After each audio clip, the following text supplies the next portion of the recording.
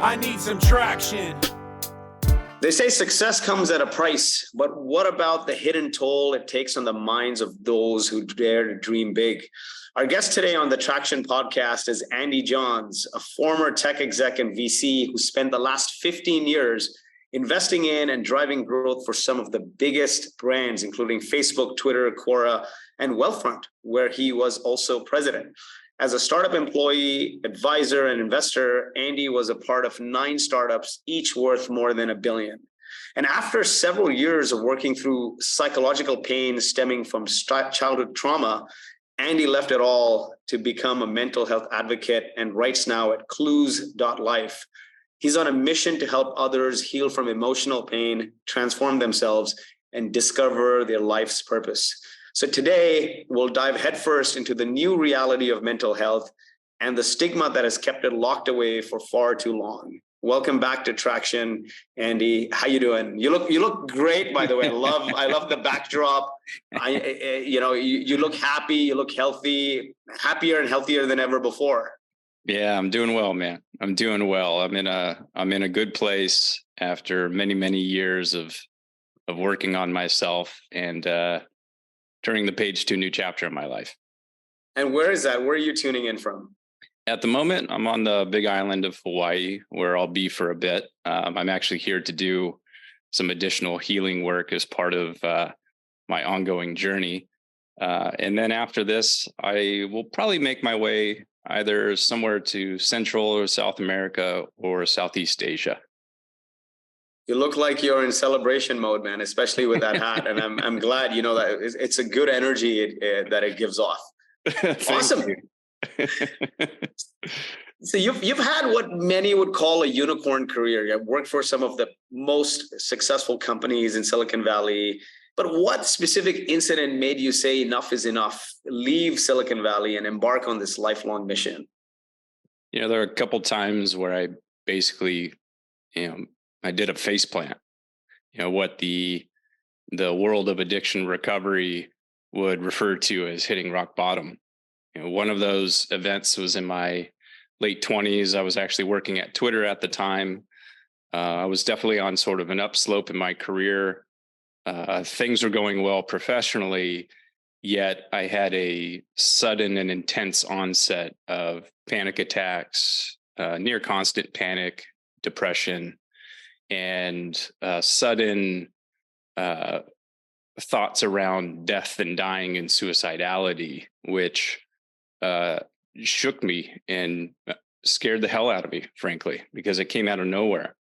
And that's when I first sought therapy, because I was in so much psychological distress that it was often the case that I would be at work and I could feel that I was about ready to have a breakdown of sorts. And so I would just quietly grab my laptop, leave the office so that I could get away from everyone. And oftentimes it was just sit somewhere or get back on the train to head home. And I would just cry somewhat uncontrollably. And that's what initiated this process, which I've been sort of in and out of for the better part of the last 10 years. That is hard. That is really hard. But like leaving this amazing career, I think one day something hits you and you just pick up and leave. I mean, with me, it was one fine day, decided to just pick up and leave and move to Dubai, and it changed my perspective on life. Like just ejecting out of that environment and surrounding myself with new people, new experiences, positive energy, just changed my life. But it's hard to do. I mean, did you deliberate? How long did you deliberate that I'm going to just pick up and leave? Oh man, I waffled on it for 8-9 years. That it's indicative of how stuck we can be, and how we can sort of be moving in a particular direction in life and have so much momentum in that direction that we fail to see just how sick and imbalanced we have become. And it's understandable in the sense that so much of that conditioning around moving in a particular direction in life begins really early in life. Like for me, I've come to understand how the early traumatic circumstances surrounding the death of my mom when I was 10, that's what planted the seeds for the sort of existential crisis and emotional breakdown I had beginning in my late 20s.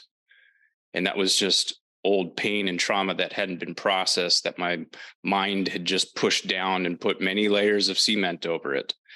And in order to cover that pain up even more, I turned towards achievement and success as my drug of choice. And from the age of 10 to, 35, 36, 37, that was my drug of choice. That was the thing that I had so much momentum on. And so, to use poker terminology, you feel pot committed in the deepest sense, like you put all your chips into this direction. And that could mean that in order to move away from the current way in which you're living, you may need to fundamentally remove yourself from all of the external aspects of life that define your identity, where you live, your professional circle, your friendships, the career, like all those things I changed in pursuit of living a healthier, more balanced and fulfilling life and breaking free from this direction in life I'd been moving in as propelled forward by the pain of the really young version of myself that was still untreated and lived within me. So it's difficult to make these changes because in many ways it means the fundamental eradication of the old sense of self and all the external artifacts of one's life that was built on that old identity. So it's understandable that it's hard to make those changes because it's such a deep-rooted part of who we are. I mean, I was fortunate. I mean, 2021 was probably the worst year of my life, right? You come into a bit of money, but you realize it has no meaning if you're dealing with all these suppressed issues. And over time, compound interest on that is huge if you haven't dealt with it. And a lot of people I talk to and people around me, they don't even know how to deal with it. And when you ask questions a few down, you realize there's some deeper suppressed issue that's causing them this pain, but they don't even know it's that. So how do you even internalize that there's something deeper out there? Because people deal with burnout and stress and depression, and they kick the can further down the road by taking medication or drugs or drinking. But how do you even start to internalize that, hey, there's something deeper here and it might not be work? I think about this a lot, and I do believe that this is part of this perpetual pendulum of life, of the swinging from the dark to the light. And that in most cases, not all, the breaking free from the prison we construct in our minds happens when we make a really big swing into the dark, right? And I believe that that's part of the fundamental nature of reality and how things work. That's not to say that not everyone needs to experience great suffering before they can experience some form of deep awakening. What I would say is that, as a culture, I'm speaking about culture in the West, in America in particular. When I think back, it's like I wasn't taught anything about the nature of the human mind. I wasn't taught anything about how it works and how important it is to have not only an understanding, but the ability to control one's mind and to control the things that influence it. And so I think one of the ways of bypassing this sort of eternal pendulum of dark to light is at an early age to develop an understanding of how life tends to work and how the mind can fall victim to great suffering if it's left unchecked and it's not understood. There are cultures around the world where teaching about the power of the mind and how it can work for you and against you, it's a part of the system of education or the system of cultural knowledge that's established earlier in life for some folks within that culture. And you tend to see that there's less of this strong swing from a full faceplant into that being the propellant to awakening. Right? So I think there's some solution that exists at the level of culture. I would like to see more of that within the American culture. Yet at the same time, I understand that we're sort of like this early adolescent in terms of the age and the maturity of our country. We're still a very young country, and we have a lot to learn about the art of living and what it means to build a healthy culture. And so I suspect that, and from what I've observed, is that culture behaves, or civilization behaves, nearly identically to the nature of an individual. And so if it takes a full faceplant or a big swing into the dark in order for that person to be propelled into the light, the same is true at the level of large groups of people, the collective conscience, if you believe in Jungian psychology. So we'll see. We'll see. And those are my thoughts on it. I think part of it is that's just the way shit is. I've had the good fortune of living in different places and having different cultures, impacted by different cultures. My parents are from India. I grew up in Kuwait, was a refugee of the Gulf War, and then went to school in Canada and spent the last 20 odd years in the United States. But the one thing is common in all these cultures is people don't talk about mental health. People are afraid to bring up mental health issues, right? In Indian cultures, Western culture, Middle Eastern culture, we don't talk about mental health. And so it was always very hard for me to speak with anyone. Fortunately, though, my wife's a doctor. And so I found that peace. And she would always say, see a therapist, you need to see a therapist. And I kept pushing it off, because that, having this mix of Indian and Western culture in me saying, no, I'm a man, I'm going to deal with it myself. And I kept killing myself from within. And she kept saying, listen, you got to see a therapist. I'll talk to you. Friends will talk to you, but you need to see a therapist because there's a process. And things just changed as soon as I had that first therapy session. I started to see things differently. And they pointed out certain points of trauma in my life that was sitting in the back of my brain that I hadn't made peace with, right? But when it comes to tech and Silicon Valley, I think it's that culture on steroids now, right? I mean, yes, Western, Indian, Middle Eastern cultures, we don't talk about mental health, but I think in the Valley, I think with people think it's a sign of weakness to share what they're going through. Everyone is crushing it until either the company gets crushed or they get crushed, right? And so there's some truth to, sometimes you got to pull yourself out of that environment. Mm-hmm. What are your thoughts on that? Why do you think this happens? How can we as a community make it a better place so people are more open with these things? I don't think that there's a systemic solution that exists at the level of, call it, work policy. I think there's a fundamental flaw in that thinking, in the sense that it externalizes the answer. It says that the answer to establishing a healthy working relationship that still produces great results lies outside of ourselves.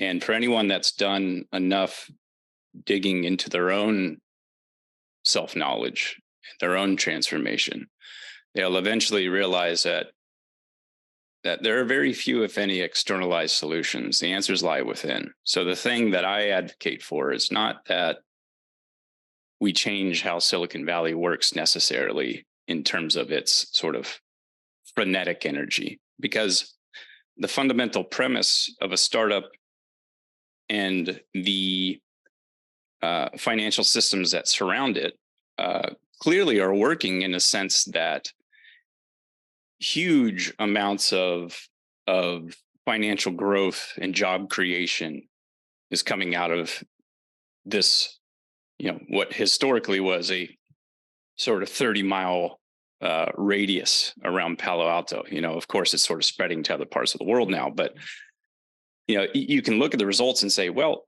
in terms of company creation, new wealth creation, all that, it's working. Right? The question is, what is the trade-off? And what we're experiencing in terms of people's well-being is the trade-off. And so the thing that I advocate for is conscious participation in that system. Whether you're a venture capitalist or you're the individual employee, is like, let's focus less on how do we change all of the aspects of this environment, because if we change it, it's going to come at a trade-off. And we can talk about what that is, but there's no sort of solutions in life. There's just trade-offs, right? You change X, it has an influence on Y. So we could talk about that at the level of sort of work culture. But I think the more important thing is whether you're an executive or you're a founder, you're thinking about starting a company, or you're just one of those like young, hungry, high achievers that was, willing to run through walls to grow their career, which there are many of those that are attracted to the technology industry. It's more of a question of, am I aware of and very conscious of the decision I'm making and how I choose to participate in this system of wealth creation? And do I really understand the full set of trade-offs that are there? The younger version of me that was building my career had almost no thought process regarding this, because like you mentioned earlier, the things that happen to us earlier in life play a major role in most of our day-to-day behaviors and decisions. And so I sort of had this unresolved trauma in me where I interpreted these challenging early life experiences as, I need to be a perfect kid, because if I'm a perfect kid, that's how I get love. And if I'm not a perfect kid, then I'm not lovable. That was a central part of my identity. And so I entered into Silicon Valley with that identity, unaware that that was my identity. And then I almost drove myself into an early grave as a result. So that's the real thing to consider, is understanding at the level of the individual, who am I and why am I doing this? You touched a right point there. The first step to making any change, any lasting change, is acknowledging that you have a problem, right? But sometimes you don't know you have a problem. You just think it's you, it's your behavior, it's your personality to react or to cry or to get angry or whatever your emotional reaction is. And then you look around the executive room and people just dismiss you for being, oh, you're too emotional, kind of thing, right? But the first step is acknowledging that you have a problem. What are some signs and signals one should look for? And what are the different manifestations of mental health issues you've found? Yeah, so I'll tackle that in two parts. I'll talk about sort of this nature of understanding one's identity and then the warning signs.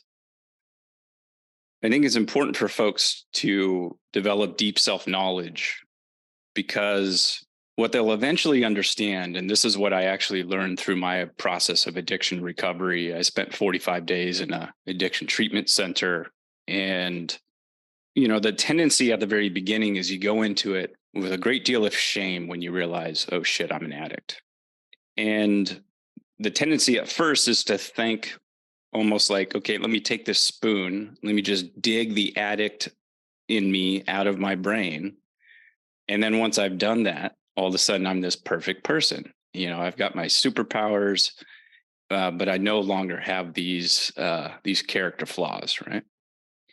But eventually what you learn through this arc of letting go of the shame of addiction and understanding the root of it and really developing deeper knowledge around the role of shame is that it doesn't work that way.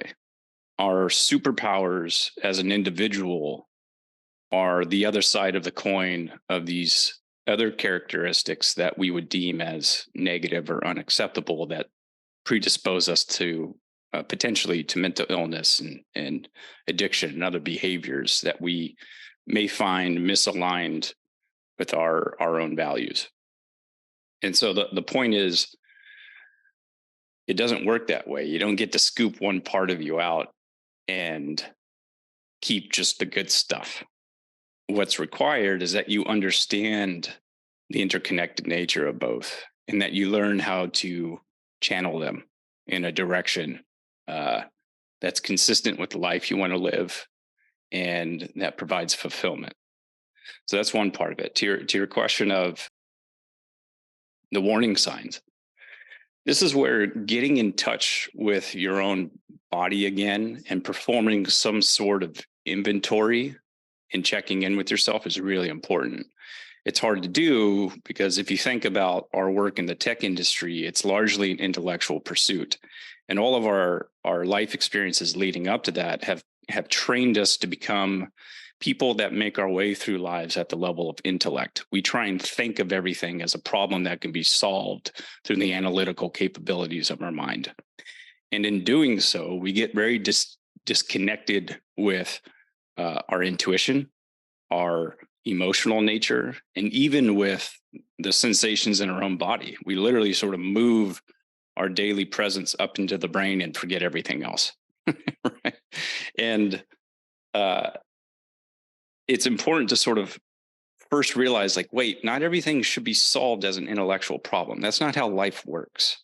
Like when I think about the future and what I want my life to be like, why isn't that determined based on how I feel? Like what sort of lifestyle do I want?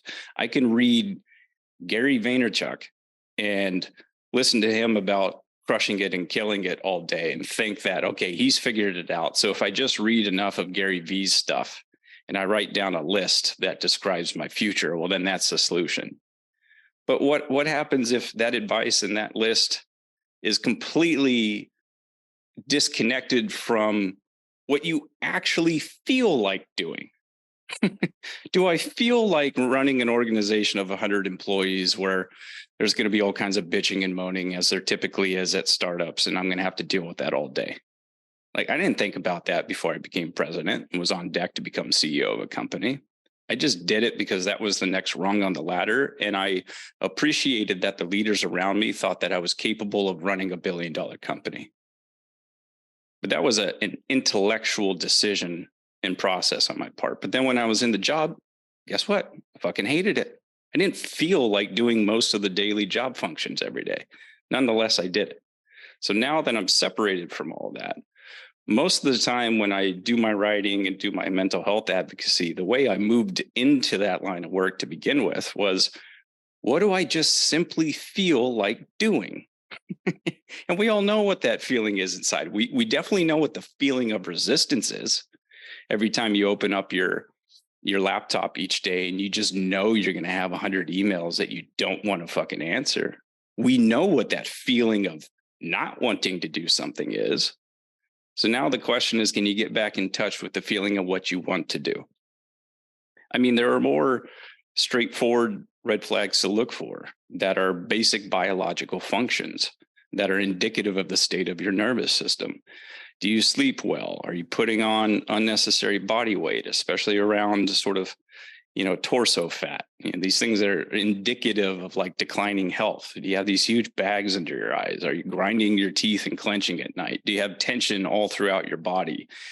What are the quality of your relationships? Are you seeing your family? Are you going outside? Right? It's about getting in touch with that stuff. If your body is screaming at you, like, hey, I need a break, something's not right, you have to be able to identify that in yourself. And if you can, then you can intervene on your own behalf before you trip and fall and do a faceplant. Unfortunately, for some, there's no other option. Then you have to trip and fall and do a face plant. And hopefully it's not too serious where you have the opportunity to pick yourself up and put yourself on the right path. But so many, they don't, right? They don't. And this is the one thing that needs to have advocacy around. You need to break the stigma so people can recognize these signals and be proactive on them. Mm-hmm. Right. From what you've seen, I mean, managing hundreds of employees, running unicorns, what are some of the biggest mental health challenges that people in the tech industries faces, and how can companies and leaders better support their employees in this regard? Yeah, I think of the common challenges for tech employees at two dimensions. The first dimension would be the more outward facing or more obvious dimension, which is just we subject ourselves to a constant state of low level stress. Sometimes that low level stress hits these temporary spikes of extremely high level stress. For example, with the most recent incidences with major banks and how that impacted startup operations. And so we slowly expose ourselves every single day to that low level of stress, and then we become the frog that's boiling in the pot without realizing that the temperature is slowly rising, right? It's slowly rising until all of a sudden faceplant, and then we're kind of surprised by the faceplant, even though we shouldn't be. I mean, in its own way, it's kind of the equivalent of like if you put a child, say you got a 6-year-old child and you put them into a stressful household because the parents are fighting all the time, or one of the parents is very volatile. The kid's going to be, we are a tuning fork to our environment. The entire body is one sense organ to everything that's happening around it. And that child will develop a highly anxious nervous system if you expose them to that daily level of stress. It doesn't have to be these big spiky blowups. It can just be an elevated amount every single day, or it's the equivalent of some of our veterans where they do deployments to war fronts, and then they may not have been shot at directly. They may not have directly seen somebody hit by driving in a Humvee, driving in a vehicle and then hit a road mine. But they may be in an environment where they're hearing the gunfire and the shelling that's happening around them. And that is enough to, over months, and in some cases years, that shocks the nervous system in a way that you could say is consistent with a complex PTSD diagnosis, which is another way of saying like your nervous system has fundamentally been rewired to where it's switched on all the time because it was in a constant state of sort of fight or flight. And you might not have perceived that, but that's exactly what just happened. But because it's not attached to one singular event, that's why it's considered complex, because it's like there was a lot going on there. There's a version of that in the technology industry where I sort of refer to it as like work hours and mind hours. The work hours are the hours you're in the office or sitting at the laptop. But then even when you close it, you're working in your mind because more of the emails and all the other bullshit is still piling up. And like we slowly boil ourselves alive in that environment. So that, I think, from what I've observed and experienced, that's the major sort of outward facing or external form of it. The other major source of crises is, I think, it's kind of what you and I have experienced, is that prior life circumstances, which were very emotionally difficult, left its fingerprints on our mind and our nervous system. I think of the brain as basically just an autobiographical engine. What happens to it, it stores in memory. And then when you move forward through life, it is your mind telling the story of everything that's happened to you previously and projecting that through your thoughts, feelings, and behaviors and all your day-to-day activities. And so I think there's this like very misunderstood but hugely influential level of sort of autobiographical trauma that undergirds a lot of the very irrational drives to succeed and perform, where the term the way I frame it is like, for a pound of performance, there might be a pound of pain, right? Where we have these people who are achieving and pushing themselves to these next levels. But the question is, why? What is behind that? I wasn't born to be Andy, the VP of growth, the growth guy. Like I was conditioned to become that. I sought out the opportunity to do it as I experienced it throughout my career. But like the thing underlying this incessant drive to just do more, like I was dead set on becoming a part of $10 billion companies. It's like, why 10? The fuck is the point of that? Just this arbitrary thing. I can tell you why now. The why came from when I was a little kid. I was hurt in certain ways by my mom in particular. And then I was conditioned by the culture of excellence and achievement. So much so that this put this tremendous chip on my shoulder that if I was always succeeding, I was worth something. And if I wasn't, then I wasn't worth anything. I think that's underlying an awful lot of people, not just in Silicon Valley, but in finance and education and government and politics. And like, look at Trump. And look, I'm not making any political statements here, but like, you know what he is? He's a wounded child.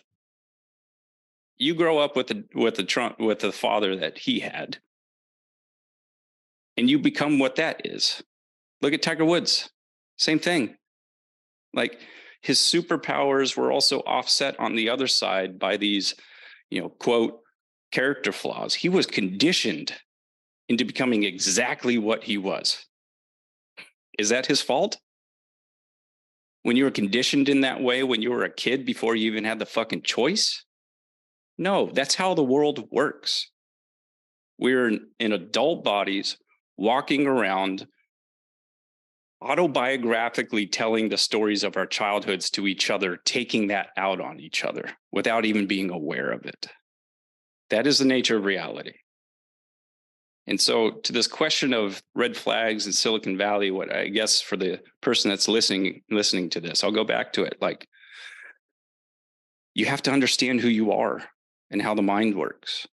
And if you do, you still may make the choice and say, yeah, I love building technology. That's when I'm in a flow state. I love this act of creation, and I'm going to go do it. And I'm going to create this company.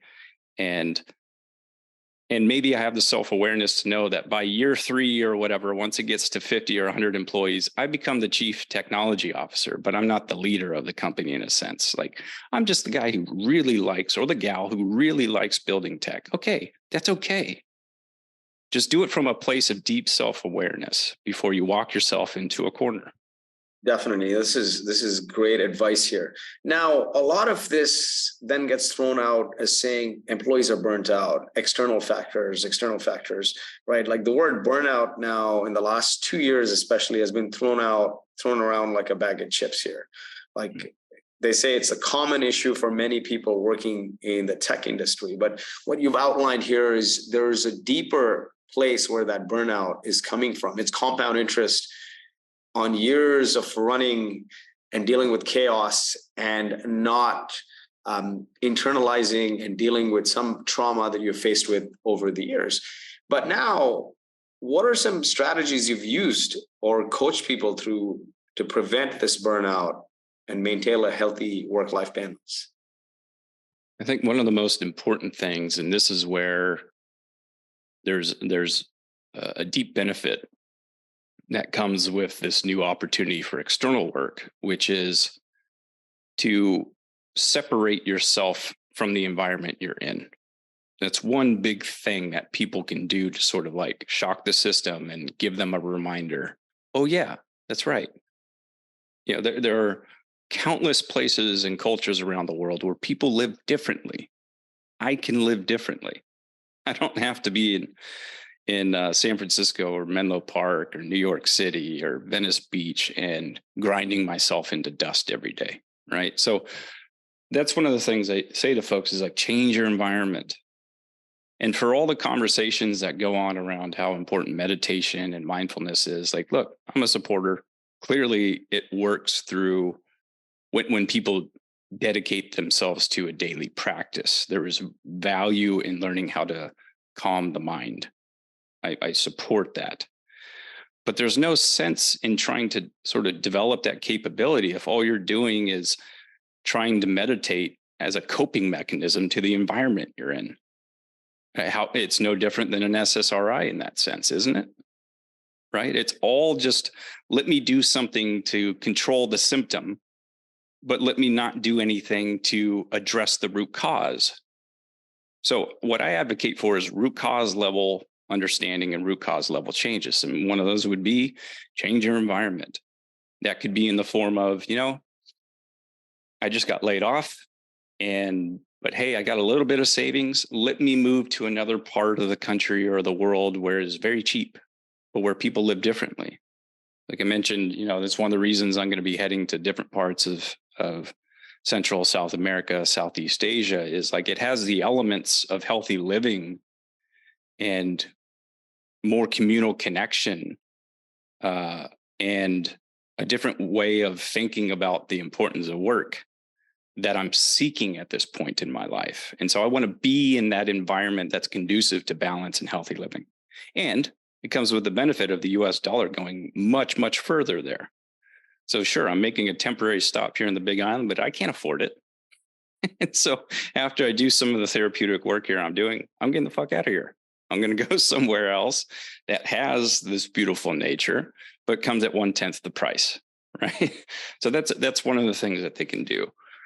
The other, again, it's this root cause level stuff is, even if you're not at a point of crisis, but you're feeling stuck, a bit confused, the mind's running, or you're aware that there's this thing inside of you that feels of existential nature, that's sort of probing and suggesting like, something's not quite right. Listen to that voice and go get a coach or go to a therapist and try to unpack that voice a little bit, understand what it's asking you to do and where it's coming from. I think those are two of the biggest things. The third is like the ABCs of lifestyle changes, is be very specific and conscious around what you eat. Get up early, go outside, get some sunshine, and then get some exercise in. It doesn't have to be intense. Walking 30 minutes here and there, a little swim, whatever exercise you enjoy. Pickleball, doesn't matter. Like if you like it, dance. Like it doesn't matter if you're a 50-year-old dude that's got no rhythm. If you feel like dancing, go dance, right? So like make those three changes. I recently interviewed a Harvard psychiatrist and assistant professor there who has his own clinical practice, as well as conducting a bunch of research with his team. His name is Dr. Christopher Palmer, and he wrote a book called Brain Energy. And the message of the book is that there is a direct connection between the food we eat, how it influences our metabolic health, and how that metabolic health has a direct connection to the functioning of our mind and whether or not mental illness is present. And so he treats many of his patients with a ketogenic diet. It doesn't have to be keto. From his clinical research, it works pretty well on quite a few folks. But in my case, it's more heavy protein, moderate fat, almost no carbohydrates, and nothing processed. And when I do that, and because I'm on that specific diet, I'm actually in the process of tapering down the SSRIs that I was on for a couple of years to help me through a rough spot. And like the role of diet and exercise and metabolism and brain health is so powerful. This is the natural way of living. So I really suggest to folks, like if you want to get over burnout, you've got to get back to the basics of healthy living. Well said.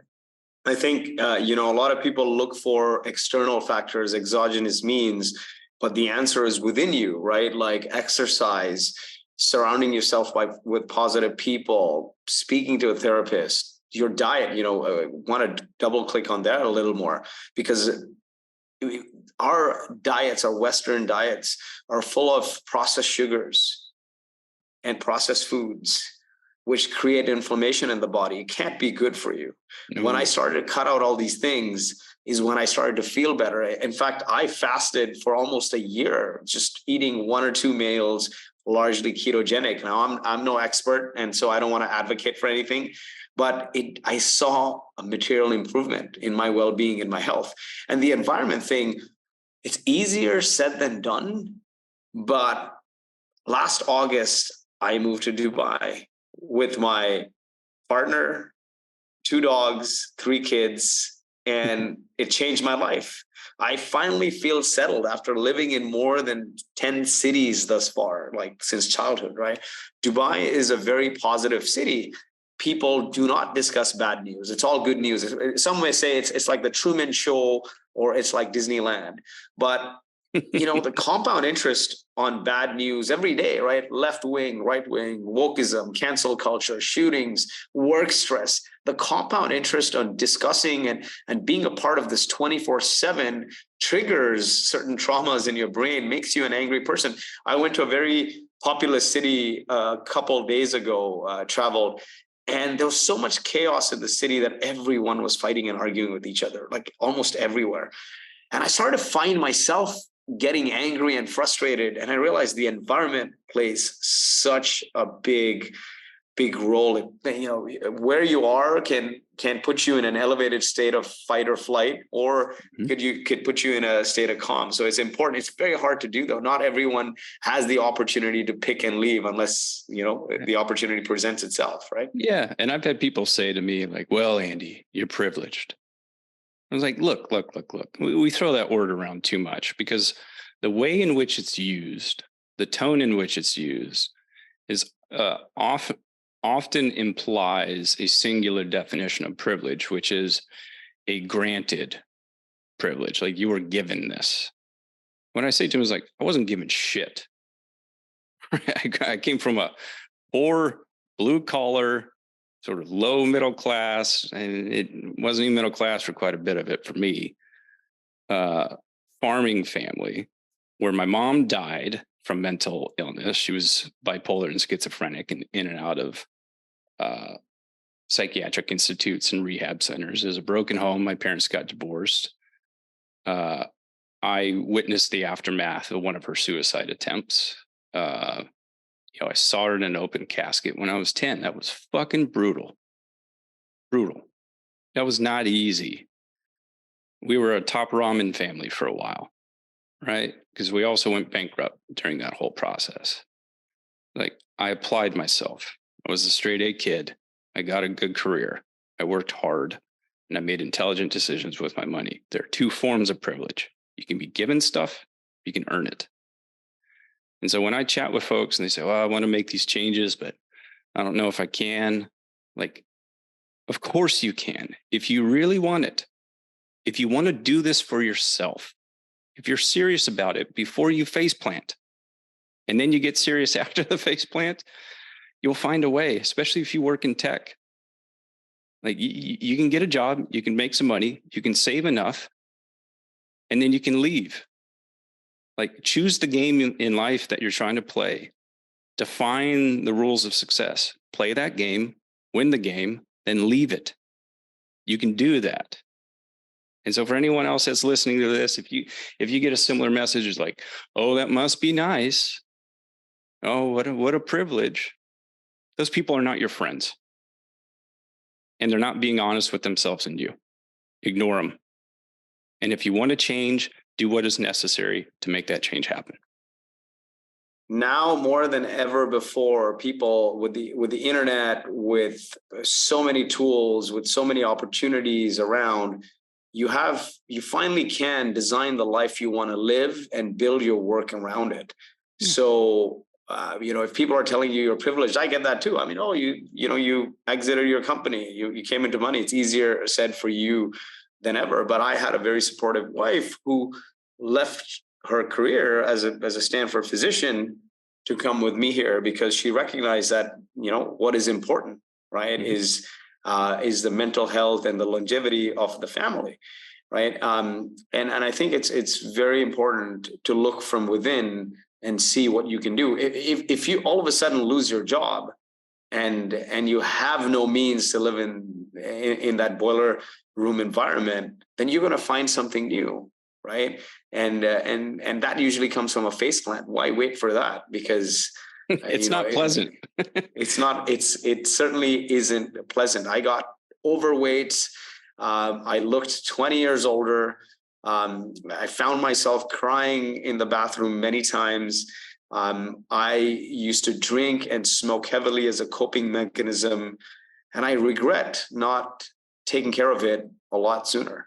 right? Yeah. And the harsh truth is not everyone survives the face plant, Exactly.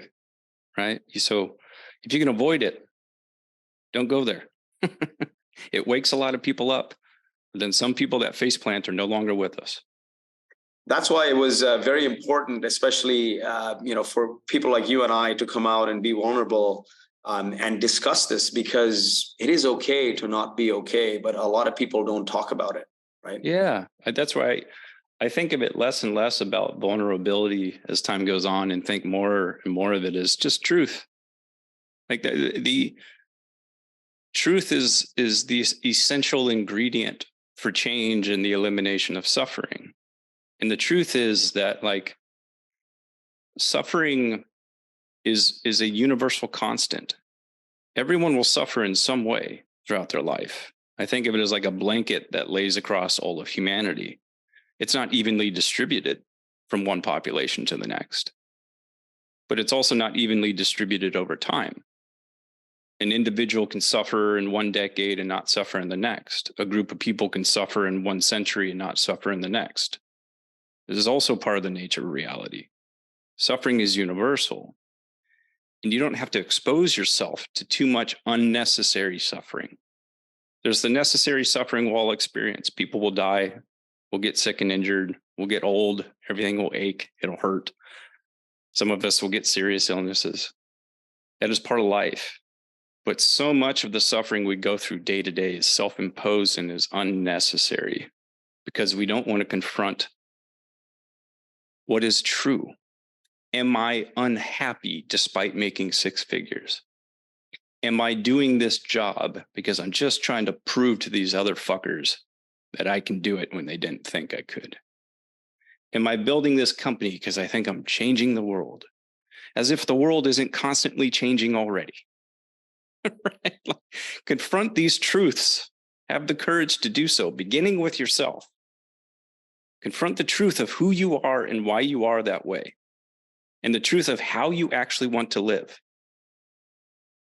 And then confront the external truths. Like you said, like, we're bombarded by these messages and negativity and violence. And it's like, then of course the population of people in America is going to get angry and anxious and have these more erratic outbursts.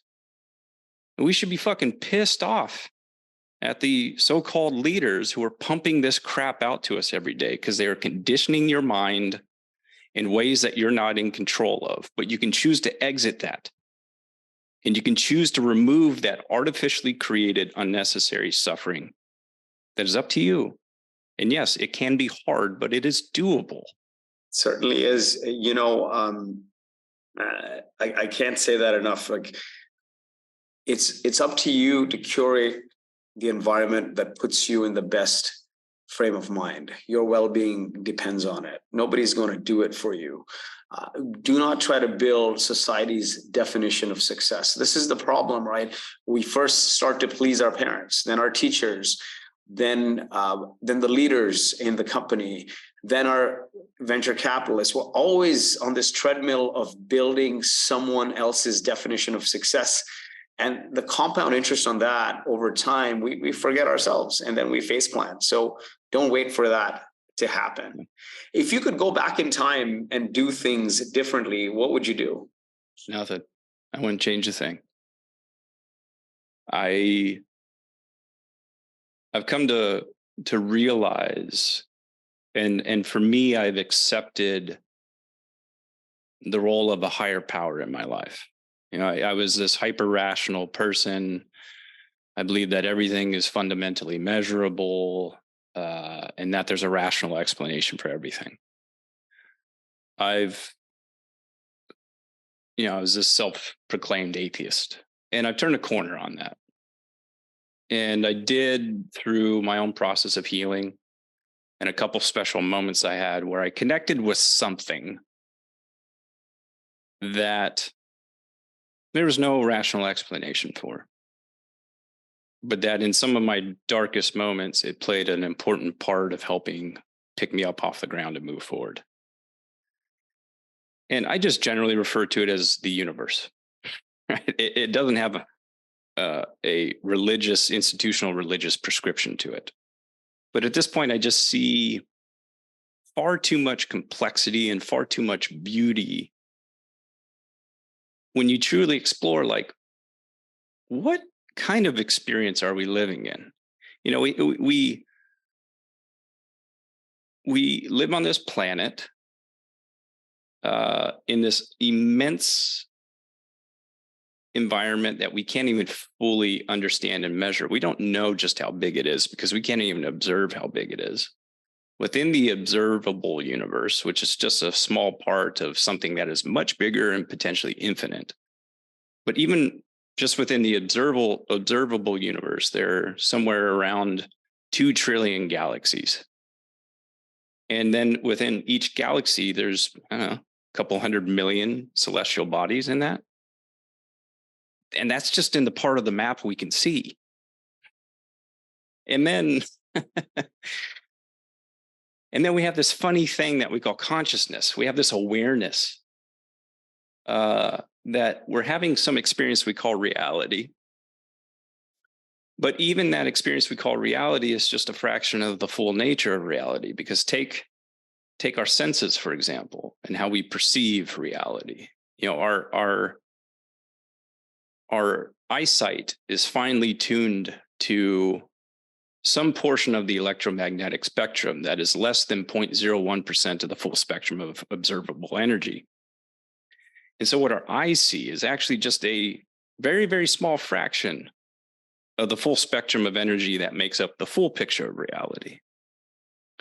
And then you layer on top of that everything we just talked about, you know, the mind being this sort of like easily malleable autobiographical engine, and it takes in stories from the world around us, whether that's on TV or it's from the stories from our parents and our teachers and our friends. And then it interprets them in a certain way. And through that process of interpretation, we even distort reality. So basic example of this, somebody says something to you and then you perceive it as an insult, when what they were saying wasn't an insult whatsoever. This happens on the internet all the time, right? You assign intent to what that person said, and it manipulates that experience.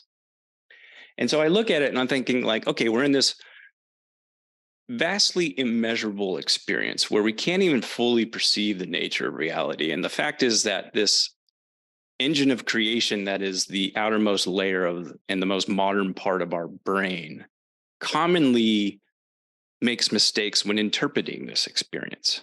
So what do we actually know? Nothing. Very little. So one can find meaning and value in life by being the astrophysicist or the philosopher or whatever that finds these questions interesting. And so they just explore it and study it, knowing that they'll never fully really know what the answer is. But for them, that gives them meaning. These are the Stoics, the philosophers, you know. For everyone else, that is a dead end.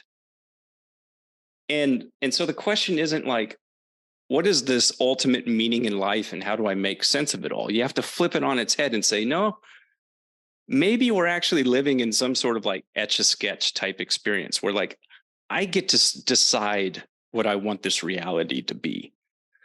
So I'm going to determine and become the author of my own life. And I'm going to flip that question of what's the meaning of life over and say, what meaning do I want to give to life?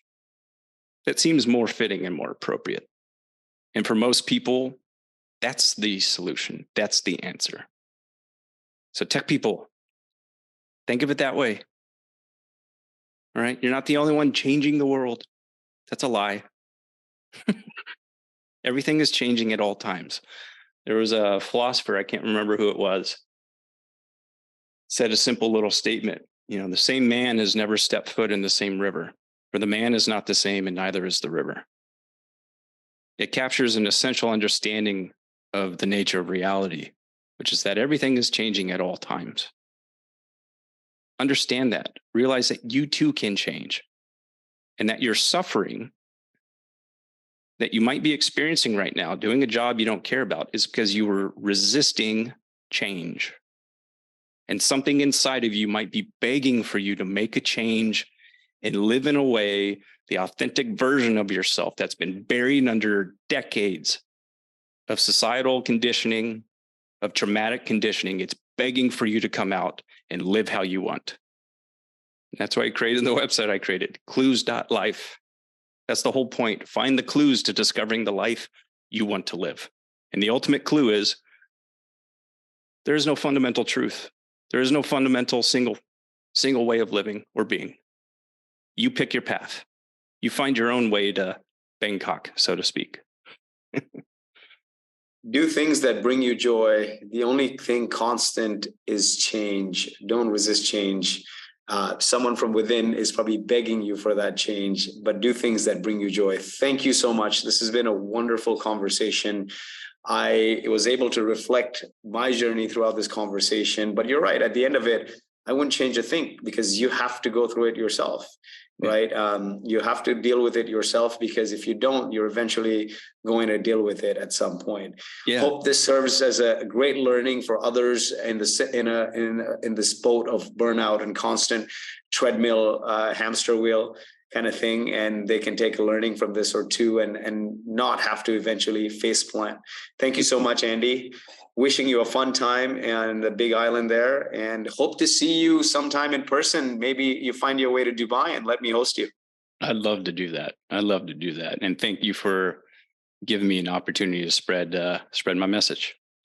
Folks, check out Clues, CLUES.life, and follow Andy's advice and advocacy on mental health. Thank you so much, my friend. Love and peace. Thank you.